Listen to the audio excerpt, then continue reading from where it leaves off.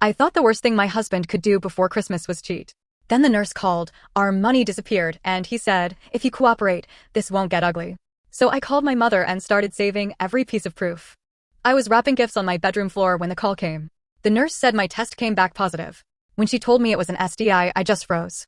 I had been with one man for almost 11 years. My husband, Scott. That night, after they were asleep, I confronted him.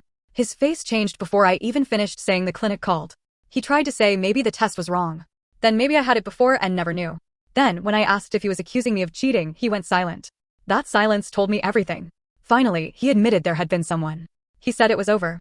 He said it was just a mistake. Then he said, don't make this dramatic.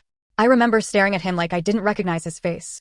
He had risked my health, lied to me, and still somehow acted like my reaction was the problem. I told him to sleep in the guest room.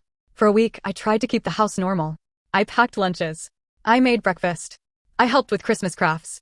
I told the kids Daddy and I were having grown-up problems. I smiled so much my face hurt. Then I went to pay the electric bill and saw our joint account was almost empty. Transfer after transfer. Thousands moved out in chunks. I called Scott shaking. He said I moved my money. His money.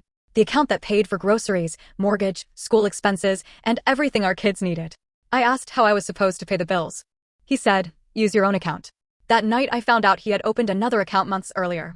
While I was clipping coupons and telling the kids we couldn't afford extras, he had been quietly preparing an exit.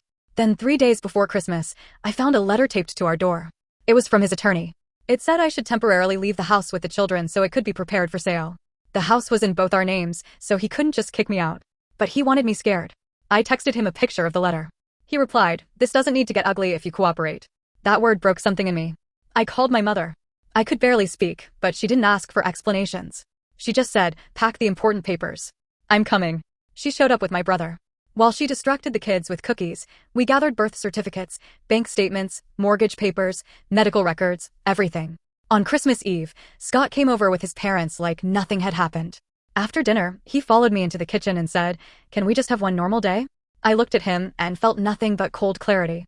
When he said it again in front of his parents, I finally stopped protecting him.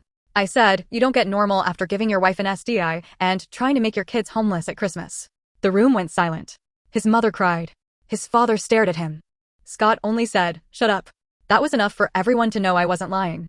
Now the divorce is ongoing. My lawyer got emergency orders, and he had to return part of the money. The house can't be sold out from under me. The kids are in therapy. So am I. I regret that they heard some of it. But I don't regret telling the truth. So was I wrong for exposing him on Christmas Eve, or did he lose the right to privacy when he tried to destroy us quietly?